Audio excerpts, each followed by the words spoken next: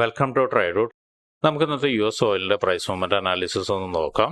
അതിനുവേണ്ടി one day ചാർട്ടാണ് എടുത്തിരിക്കുന്നത്. One day ചാർട്ടിൽ പ്രധാനപ്പെട്ട ഏരിയാസ് മാർക്ക് ചെയ്തിടുന്നുണ്ട്.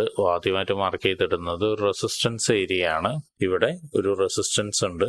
മുൻപ് നമ്മൾ മാർക്ക് ചെയ്തിരുന്നതാണ്, അല്ലെങ്കിൽ കഴിഞ്ഞ ദിവസങ്ങളിലൊക്കെ മാർക്ക് ചെയ്തിട്ടിരിക്കുന്നതാണ്. അതിനൊരു റെസിസ്റ്റൻസ് ആയിട്ട് എടുക്കുന്നുണ്ട്. ഇനി താഴോട്ടേക്ക് വരുന്ന സമയത്ത് സപ്പോർട്ട് എന്ന് പറയുന്നത് ഇവിടെ ഒരു സപ്പോർട്ട് ഉണ്ട്. ആ ഒരു സപ്പോർട്ടിനെ ബ്രേക്ക് ചെയ്ത് പലതവണ ബ്രേക്ക് ചെയ്ത് മാർക്കറ്റ് മുകളിലോട്ട് പോകാനുള്ള ശ്രമം നടത്തിയിട്ടുണ്ട്. അപ്പോൾ ഇതിനെ ഒരു സപ്പോർട്ടായിട്ട് മാർക്ക് ചെയ്തിടുന്നുണ്ട്. ഇനി വീണ്ടും താഴോട്ടേക്ക് വരുന്ന സമയത്ത് നമുക്കൊരു സോൺ തന്നെയായിട്ട് കിട്ടുന്നുണ്ട്. ഇവിടെ ഒരു സപ്പോർട്ട് സോൺ ഉണ്ട്. ആ ഒരു ഏരിയയെ നമ്മൾ മാർക്ക് ചെയ്തിടുന്നുണ്ട്. ഇനി മുകളിലോട്ട് എവിടെ വരെ പോകുമെന്ന് അറിയാത്തതുകൊണ്ട് കൂടുതൽ മുകളിലോട്ട് എടുക്കുന്നില്ല. കറന്റ്ലി മാർക്ക് ചെയ്തിരിക്കുന്ന റെസിസ്റ്റൻസ് ഏരിയ തന്നെ ബിലീവ് ചെയ്തിട്ടാണ് ഇനി നമ്മുടെ അനാലിസിസിന് പോകുന്നത്. ഇനി നമുക്ക് കൂടുതൽ അനാലിസിസിന് വേണ്ടിയിട്ട് ചെറിയ ടൈം ഫ്രെയിമിലേക്ക് പോകാം. ആദ്യമായിട്ട് പോകുന്ന 1 അവറിലേക്കാണ്. 1 അവറിലേക്ക് വരുന്ന സമയത്ത് കഴിഞ്ഞ ദിവസങ്ങളിലൊക്കെ പറഞ്ഞ പോലെ ട്രെൻഡ് ലൈൻ വളരെ ക്ലിയർ ആയിട്ട് ഇറങ്ങി വന്നിട്ടുണ്ട്. ഇറങ്ങി വന്ന് കഴിഞ്ഞ് സംഭവിച്ചിരിക്കുന്ന ഒരു കാര്യം എന്താണെന്ന് വെച്ചിട്ടുണ്ടെങ്കിൽ ഒരു ബ്രേക്ക് ഔട്ട് തന്നിട്ടുണ്ട്. ആ ട്രെൻഡ് ലൈനെ ബ്രേക്ക് ഔട്ട് തന്നിട്ടുണ്ടെങ്കിൽ പോലും ശ്രദ്ധിക്കേണ്ട ഒരു കാര്യം, ഈ ഒരു ഹൈയെ ബ്രേക്ക് ചെയ്ത് മാർക്കറ്റ് സസ്റ്റെയിൻ ചെയ്യാതെ വലിയ രീതിയിലുള്ള റിയാക്ഷൻ താഴോട്ടേക്ക് തന്നിട്ടുണ്ട്. ഒരു കൺഫ്യൂഷൻ നിലനിൽക്കുന്നുണ്ട്. കാരണം ഈ ഒരു ഹൈയും ഈ ലോയുടെ ഉള്ളിലാണ് ഇപ്പോൾ മാർക്കറ്റ് ട്രേഡ് ചെയ്തുകൊണ്ടിരിക്കുന്നത്. മുകളിലോട്ടാണോ താഴോട്ടേക്കാണോ എന്നുള്ള ഒരു സംശയമുണ്ട്. എനിവേ നമുക്ക് 1 അവറിലെ പ്രധാനപ്പെട്ട ഏരിയാസ് മാർക്ക് ചെയ്തിടാം. ആദ്യമായിട്ട് മാർക്ക് ചെയ്തിടുന്നത് ഒരു റെസിസ്റ്റൻസ് ഏരിയയാണ്. നോക്കിയാൽ കാണാം, ഈ ഒരു ഏരിയ തൊട്ട് മുൻപ് വൺ ഡേ ചാർട്ടിലും മാർക്ക് ചെയ്തിട്ടുണ്ടായിരുന്നു. അപ്പോൾ ഈ ഏരിയയുടെ പ്രത്യേകത എന്താണെന്ന് വെച്ചിട്ടുണ്ടെങ്കിൽ ഇവിടുന്ന് ഒരു ബ്രേക്ക് ഔട്ട് വന്നു. മൾട്ടിപ്പിൾ ടൈം മാർക്കറ്റ് അതിലേക്ക് വന്നിട്ടുണ്ട്. ഒന്ന്, അതുപോലെ 2 തവണ ആ ഏരിയയിലേക്ക് വന്നിട്ടുണ്ട്. പിന്നെ 2 തവണ അതിനെ അപ്രോച്ച് ചെയ്തിട്ടുണ്ട്. ഏറെക്കുറെ ആ ഏരിയയ്ക്ക് അല്ലെങ്കിൽ ആ സോണിലേക്ക് അപ്രോച്ച് ചെയ്തിട്ടുണ്ട്. അപ്പം അതിനെ ഒരു റെസിസ്റ്റൻസ് ആയിട്ട് മാർക്ക് ചെയ്തിടുന്നുണ്ട്. താഴോട്ടേക്ക് സപ്പോർട്ട് നിലവിൽ ഈ ഒരു ലൈൻ, നേരത്തെ പറഞ്ഞ ഈ ഒരു ലൈൻ സപ്പോർട്ടായിട്ട് ആക്ട് ചെയ്യാനുള്ള സാധ്യതയും കൂടിയുണ്ട്. അപ്പം അങ്ങനെ നോക്കുന്ന സമയത്ത് ഇവിടെയും ഒരു സപ്പോർട്ടായിട്ട് മാർക്ക് ചെയ്തിടുന്നുണ്ട്. ഇവിടുന്ന് മനസ്സിലാക്കേണ്ടത് നമ്മൾ ഒരു മാർക്കറ്റ് നിൽക്കുന്ന ഒരു ട്രേഡ് റേഞ്ചിന്റെ ഉള്ളിലുള്ളതാണ്.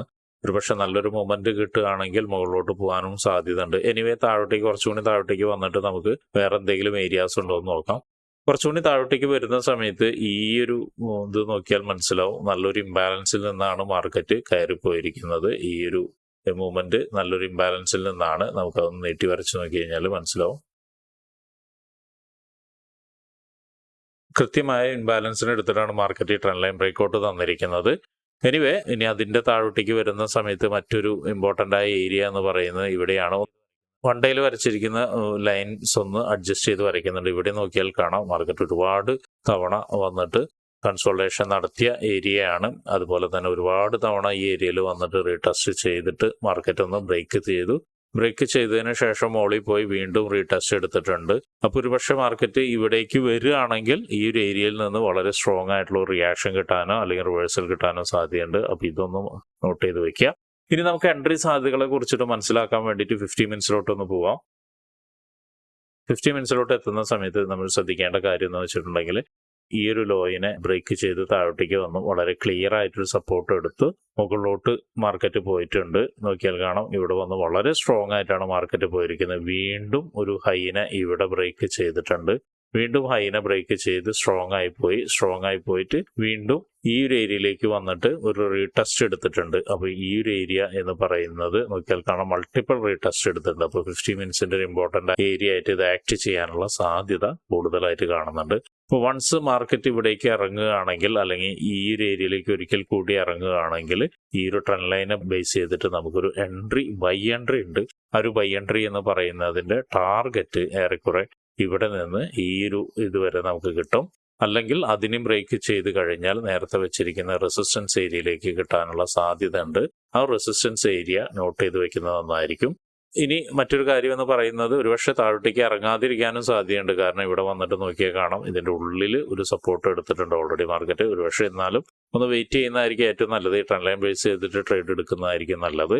അപ്പോൾ ഇങ്ങനെയാണ് ഒരു ബൈ എൻട്രി സാധ്യത എന്ന് പറയുന്നത്. ഇനിയിപ്പോൾ റെസിസ്റ്റൻസ് ഏരിയയിൽ വന്നിട്ട് ഇത്രയും സ്ട്രോങ് ആയിട്ട് വന്നിട്ട് ഈ ലൈനെ ബ്രേക്ക് ചെയ്ത് വീണ്ടും റെസിസ്റ്റൻസ് ഏരിയയിൽ വന്നിട്ട് ഒരുപക്ഷെ മറ്റൊരു സഡൻ മൂവ്മെന്റോ അല്ലെങ്കിൽ താഴോട്ടേക്ക് മാർക്കറ്റ് ഒന്ന് വരാനുള്ള സാധ്യത വീണ്ടും കാണുന്നുണ്ട്. അങ്ങനെയാണെങ്കിൽ ഒരുപക്ഷെ ഇത്രത്തോളം താഴോട്ടേക്ക് എത്തണമെന്നില്ല. ഒരുപക്ഷെ ഈ ഒരു ഏരിയയിൽ വെച്ചിട്ട് മാർക്കറ്റ് വീണ്ടും കയറി പോവാം. കാരണം എന്ന് വെച്ചിട്ടുണ്ടെങ്കിൽ ഇവിടെ നല്ലൊരു സ്ട്രോങ് ആയിട്ടുള്ള ഒരു സപ്പോർട്ടായിരിക്കും ആ ഒരു സമയത്ത് മുകളിൽ പോയിട്ട് താഴോട്ടേക്ക് വരുന്നുണ്ടെങ്കിൽ. അപ്പോൾ അതൊന്ന് ഓർമ്മയിലിരിക്കുന്നത് നന്നായിരിക്കും. ഇനി തൽക്കാലം ഒരു സെൽ എൻട്രി നോക്കുന്നില്ല, കാരണം എന്ന് വെച്ചിട്ടുണ്ടെങ്കിൽ മാർക്കറ്റ് ഇപ്പോഴത്തെ ഒരു മൂഡ് അനുസരിച്ച് മുകളിലോട്ട് തന്നെയാണ്. അപ്പം അതുകൊണ്ട് തൽക്കാലം ഒരു സെൽ എൻട്രി നോക്കുന്നില്ല. എന്നിരുന്നാലും ഒരു കൺഫർമേഷൻ കിട്ടുകയാണെങ്കിൽ സെൽ എൻട്രി എടുക്കാവുന്നതാണ്. അങ്ങനെ ഒരു സെൽ എൻട്രി എടുക്കണമെങ്കിൽ നോക്കിയാൽ കാണാം, ഇവിടെ നിന്നൊരു ട്രെൻഡ് ലൈൻ വളരെ കൃത്യമായി റെസ്പെക്ട് ചെയ്ത് പോകുന്നുണ്ട്.